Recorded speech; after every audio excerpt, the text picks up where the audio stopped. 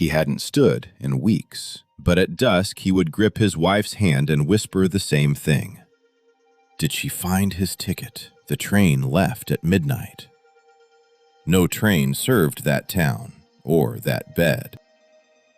The nurses had a name for the restlessness, but the words he used were never confused. He wasn't frightened, he was getting ready, packing a bag no one could see, checking again and again that he hadn't forgotten anything for the trip. One man asking for a ticket is a story, a moment of confusion. But thousands of unrelated people on different continents across a century pack the same invisible bag for the same journey. Why the same trip? Across hospice records, one pattern returns so often it has been cataloged and studied.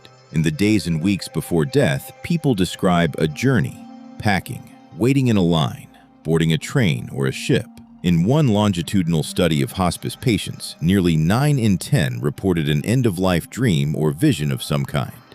Travel, preparing to go somewhere, was among the most common things they described.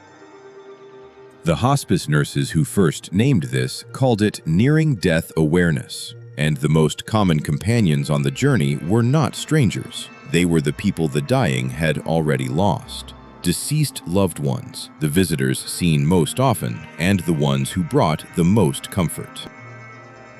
And it is not new. A century ago, before hospice and before morphine, a physicist named William Barrett gathered these accounts from the deathbeds of his day. The dying, the record shows, spoke again and again of being come for, of a journey about to begin. There is a clinical view, and it deserves a fair hearing. A brain starved of oxygen, medication, the agitation doctors call terminal restlessness.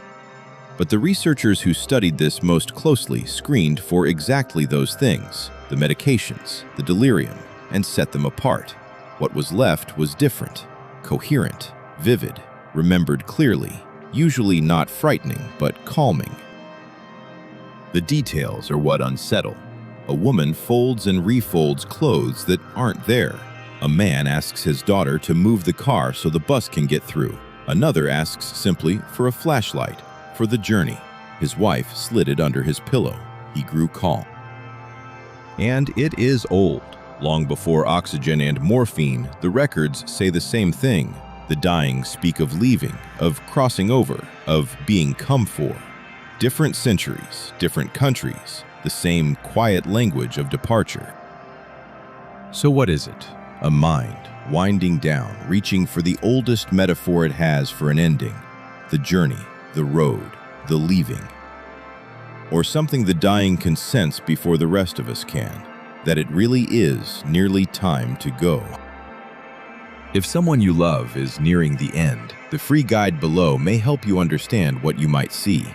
And if this is a subject you think deserves to be treated with care, subscribe to follow the case files.